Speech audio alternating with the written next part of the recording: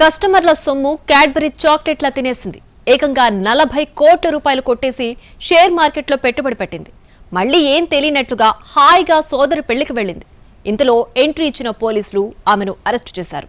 రాజస్థాన్లోని quota ICICI బ్యాంక్లో కస్టమర్ల ఫిక్స్డ్ డిపాజిట్ ఖాతాల నుంచి డబ్బులు మాయమయ్యాయి. ఒక్కరు కాదు, ఇద్దరు కాదు, ఏకంగా 110 మంది వినియోగదారుల ఖాతాల్లో డబ్బులు కనిపించలేదు.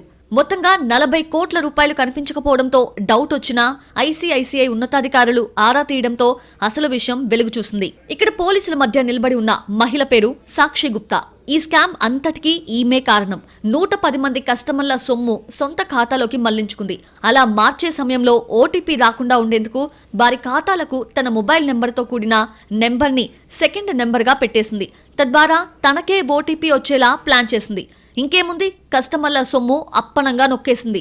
ఇంతవరకు బాగానే ఉంది. అయితే ఓ కస్టమర్ తన ఖాతా నుంచి ఫిక్స్డ్ డిపాజిట్ సొమ్ముని విత్డ్రా చేసుకునేందుకు బ్యాంకుకు వచ్చాడు. కానీ అందులో డబ్బు లేదని తెలిసి ఆశ్చర్యపోయాడు. దీంతో బ్యాంకు ఉన్నతాధికారులు పొరపాటు జరిగిందేమోనని అంతా చెక్ చేశారు. ఆ తర్వాతే అసలు విషయం బయటకొచ్చింది. కానీ ఇదంతా జరుగుతున్న సమయంలో లీవ్లో ఉన్న సాక్షి గుప్తా తన సోదరి పెళ్లిలో డాన్స్ చేస్తోంది. సరదాగా ఉన్న సమయంలో సినిమా స్టైల్లో పోలీసులు ఎంట్రీ ఇచ్చారు. పెళ్లి ఆపండి అని చెప్పారు. దీంతో షాక్ అయిన సాక్షి అక్కడి నుంచి పారిపోయే ప్రయత్నం చేసింది. కానీ ఆమెకు ఆ ఛాన్స్ ఇవ్వలేదు పోలీసులు. సాక్షి గుప్తాను అరెస్ట్ చేశారు. కస్టమర్ల నుంచి కొట్టేసిన డబ్బును షేర్ మార్కెట్లో పెట్టుబడి పెట్టినట్లుగా విచారణలో తెలిపింది సాక్షి గుప్తా.